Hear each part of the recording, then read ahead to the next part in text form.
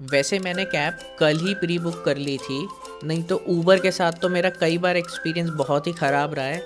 एक तो समझ नहीं आता उनकी हर बार सीएनजी कैसे ख़त्म हो जाती है, और मैं लास्ट ही पर्सन था जिसने एंटर किया है, मेरे बाद इन्होंने गेट बंद कर दिया था।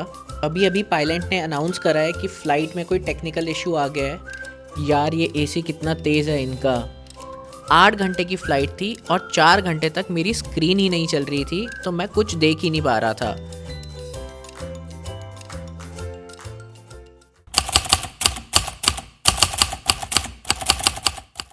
तो मैं स्टार्ट कर रहा हूँ बहुत ही अमेजिंग ट्रिप दिल्ली से स्पेन फॉर 11 डेज़। स्पेन जो है यूरोप की 4th लार्जेस्ट कंट्री है, और स्पेन जो है कई चीज़ों के लिए फेमस है, जैसे कि अपने फुटबॉल के लिए, अपने फ्लेमेंको डांस शो के लिए, टप्पा बार्स के लिए, और अपने बहुत ही यूनिक आर्किटेक्चर के लिए, एंड नॉट टू फॉरगेट अपने टोमेटिनो फेस्टिवल के लिए। वैसे ये ट्रिप मेरा पर्सनल और ऑफिशियल दोनों है, क्योंकि मुझे ऑफिस के काम से 3 दिन सिविल भी जाना है। वैसे मेरी कैब आ चुकी है, तो पहले नीचे चलते हैं, कैब में बैठते हैं, फिर अगली बात करते हैं। वैसे मैंने कैब कल ही प्री बुक कर ली थी। इस बार मैंने मेरू कैब बुक करी है, जिसका नाम अब एलाइट हो गया है। मेरी फ़्लाइट 9 बजे की है सुबह की, तो मैंने अर्ली मॉर्निंग 4:30 की ही कैब बुक कर ली थी, ताकि मैं आराम से 5 बजे या 5:30 बजे तक पहुंच जाऊं। पर ये भैया तो 1 घंटा पहले ही आ गए थे। मुझे 3:30 ही कॉल कर दिया भैया ने कि ये मेरे घर के नीचे आ चुके हैं। काफ़ी सही लगा भाई मुझे कि भैया टाइम से पहले ही आ गए हैं, नहीं तो ऊबर के साथ तो मेरा कई बार एक्सपीरियंस बहुत ही ख़राब रहा है। एक तो समझ नहीं आता उनकी हर बार सीएनजी कैसे ख़त्म हो जाती है, और उनको हमारी फ़्लाइट की कोई चिंता नहीं है। भाई फ़्लाइट छूटे तो छूटे, वो राइड के बीच में ही सीएनजी भरवाने लग जाते हैं। वैसे मैं बता दूं, this is not a sponsored video, it's just that मेरा अच्छा एक्सपीरियंस रहा है मेरू के साथ, तो मैंने आपको बता दिया, और ऊबर के साथ ख़राब रहा है तो वो भी बता दिया। तो चलो भाई, अब पहुंच गए हैं एयरपोर्ट। सुबह का टाइम है, ट्रैफिक काफ़ी कम ही है, तो आराम से मैं 30 मिनट में पहुंच गया हूँ एयरपोर्ट। चलो अब अंदर चलता हूँ, फिर दिखाता हूँ क्या प्रोसेस रहता है इमिग्रेशन का। तो ये एयरपोर्ट के एंट्री के लिए छोटी सी लाइन थी, 5 मिनट में आराम से एंट्री हो गई।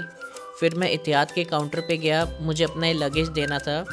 वहाँ भी ज़्यादा लंबी लाइन नहीं थी, 10 से 15 मिनट में मेरा नंबर आ गया था ईजिली। फिर मैं अब इमिग्रेशन की स्टैंप लगवा के आ चुका हूँ और सिक्योरिटी चेक करवा लिया है। जैसे ही सिक्योरिटी चेक करवा के बाहर निकला, ये सामने ही दिल्ली ड्यूटी फ्री है, तो मैंने यहाँ ड्यूटी फ्री में अराउंड 20 से 25 मिनट टाइम स्पेंड किया था, जिसमें मैंने सारी चीज़ों के प्राइजेस देखे। यहाँ पे काफ़ी सस्ते लिकर्स भी हैं, और गुड़गांव से थोड़ी महंगी भी हैं कुछ ब्रांड्स। अगर आपको डिटेल में देखना है कौन सी लिकर कितने की है, तो मैंने एक अलग से वीडियो अपलोड कर दिया है, आप वो देख सकते हो, मेरा दिल्ली ड्यूटी फ्री का वीडियो। बाकी यहाँ पे मुझे परफ्यूम्स और कॉस्मेटिक्स के भी अच्छे ब्रांड दिख रहे हैं। और जैसे ही आप ड्यूटी फ्री के शॉप से बाहर निकलोगे, तो यहाँ पे कुछ और ड्यूटी फ्री के आउटलेट्स भी हैं, जैसे विक्टोरिया सीक्रेट, और इसके आगे काफ़ी सारे ये ब्रांड्स हैं, आप ये भी एक्सप्लोर कर सकते हो। पर चलो, अभी मुझे भूख लग रही है, मैंने ब्रेकफास्ट नहीं किया, तो ऊपर चलता हूँ फूड कोर्ट में, ब्रेकफास्ट करता हूँ। यहाँ ऊपर काफ़ी सही सा फूड कोर्ट बना हुआ है, तो मैंने यहाँ कर्नाटक कैफ़े में एक डोसा ऑर्डर किया था और एक कूलर ऑर्डर किया था, तो मेरा बिल अराउंड 541 बना। बट यहाँ पे आप देख सकते हो फूड कोर्ट में काफ़ी सारे ब्रांड्स हैं। तो चलो अब चलता हूँ मैं, और फ्लाइट का वेट करता हूँ जाके। तो चलो, बोर्डिंग का टाइम हो गया है, फ़्लाइट बोर्ड करता हूँ। मेरी ये इतिहाद एयरवेज़ है, पहले ये दिल्ली से आबू धाबी जाएगी, फिर आबू धाबी पे 2 आवर 40 मिनट का मेरा लेओवर है, उसके बाद आबू धाबी से मैड्रिड जाएगी। अभी अभी पायलट ने अनाउंस करा है कि फ़्लाइट में कोई टेक्निकल इशू आ गया है, तो अब हम रनवे से वापस टर्मिनल की तरफ जा रहे हैं। वहाँ पे टेक्नीशियन आएंगे रिजॉल्व करने के लिए। लगभग 1.5 से पौने 2 घंटे हो गए टेक्नीशियन को रिजॉल्व करते हुए। अब इनका रिजॉल्व हो चुका है इशू। अब ये सिर्फ वेट कर रहे हैं ग्रीन लाइट का, ताकि ये रनवे पे जाके वापस फ़्लाइट उड़ा सके। अब ग्रीन सिग्नल मिल गया है, अब हम रनवे की तरफ जा रहे हैं। टोटल 2 घंटे लग गए इसको पूरा रिजॉल्व होने में इशू, और मेरा लेओवर सिर्फ 2 घंटे 40 मिनट का था आबू धाबी में।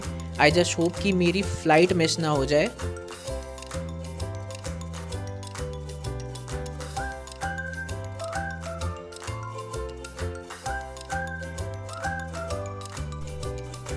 चलो अब हम फाइनली फ्लाई कर रहे हैं।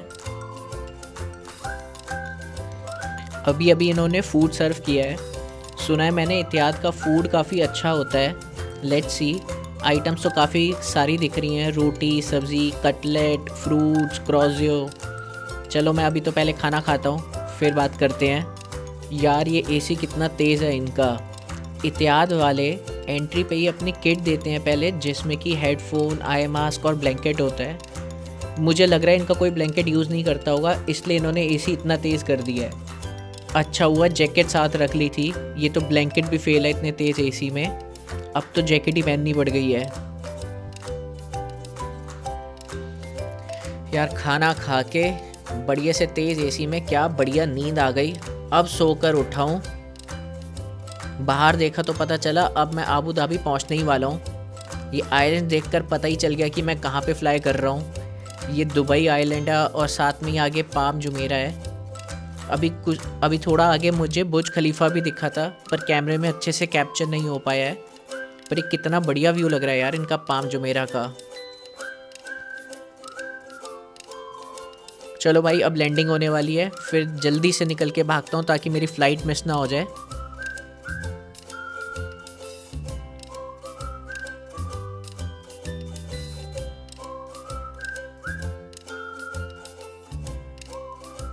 यार ये आबू धाबी वालों की सिक्योरिटी कितनी सही है। अभी फ़्लाइट चेंज करते समय हमारी सिक्योरिटी फिर से हुई थी, तो मेरे बैग में लैपटॉप, आईपैड, कैमरा और कुछ और इलेक्ट्रॉनिक गैजेट्स भी हैं। इंडिया में तो सिक्योरिटी चेक करते समय मेरे सब गैजेट्स निकलवा लिए थे और अलग अलग ट्रे में डलवा के एक्सरे मशीन से लगवाए थे। इन्होंने तो बस एक ही ट्रे दी जिसमें पूरा बैग डाल दिया और एक ही बारी में स्कैन हो गया। कितनी सही चीज़ है भाई, ऐसी सिक्योरिटी चेक इंडिया में भी होना चाहिए, तो हमारा काफ़ी टाइम बच जाएगा।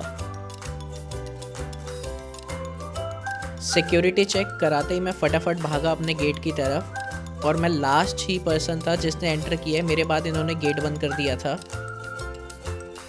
और यहाँ आकर पता चला कि टिकट तो हमने इतिहाद की बुक करी थी, पर हमें जो एयरलाइंस मिली है एयर यूरोपा मिली है, क्योंकि एयर यूरोपा का इतिहाद के साथ स्ट्रेटेजिक अलाइंस है। तो अब हम एयर यूरोपा में फ़्लाई करने वाले हैं। चलो अब फ्लाई करते हैं। क्या सही व्यू आ रहा है, आप बाहर देखो क्या मस्त व्यू है यहाँ का।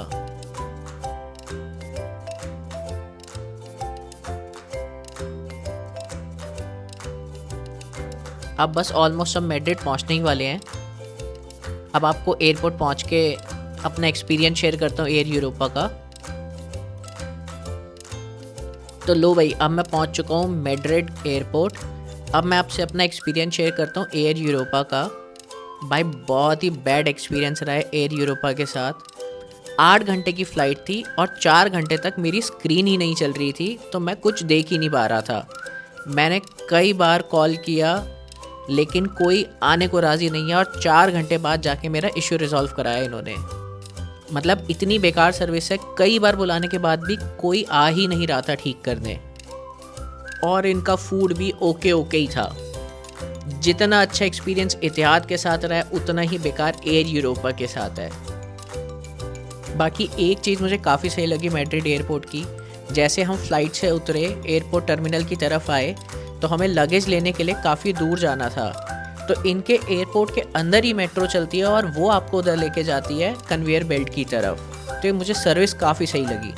चलो अब निकलते हैं अपने हॉस्टल की तरफ। तो बाहर जाके ही मैं टैक्सी बुक कर लेता हूँ। तो चलो भाई अब मैं निकलता हूँ हॉस्टल की तरफ। प्राइजेस इनके फिक्स हैं। मुझे लगभग सिटी सेंटर जाना है जो 18 किलोमीटर दूर है। प्राइस इनका फिक्स है 33 यूरो। तो चलो चलते हैं हॉस्टल की तरफ और आपको राइड दिखाता हूँ। तो फाइनली भाई मैं पहुँच चुका हूँ अपने हॉस्टल। अब बस चेक इन करता हूँ। रात हो गई है यहाँ पे काफ़ी, और मेरे को भी काफ़ी ज़्यादा टाइम हो गया घर से निकले। तो अभी आज तो मैं सोता हूँ और कल मैं आपको दिखाऊंगा अपने हॉस्टल कैसा है। और कल मैं निकलूँगा रॉयल पैलेस ऑफ मैड्रिड के लिए और मैं जाऊँगा प्लाज़ा मेयर, पोर्तो दी सॉल, एल रिटीरो पार्क, प्लाज़ा दी सिबिल्स। तो मैं काफ़ी जगह जाने वाला हूँ। तो चलो कल का आपको दिखाता हूँ फिर।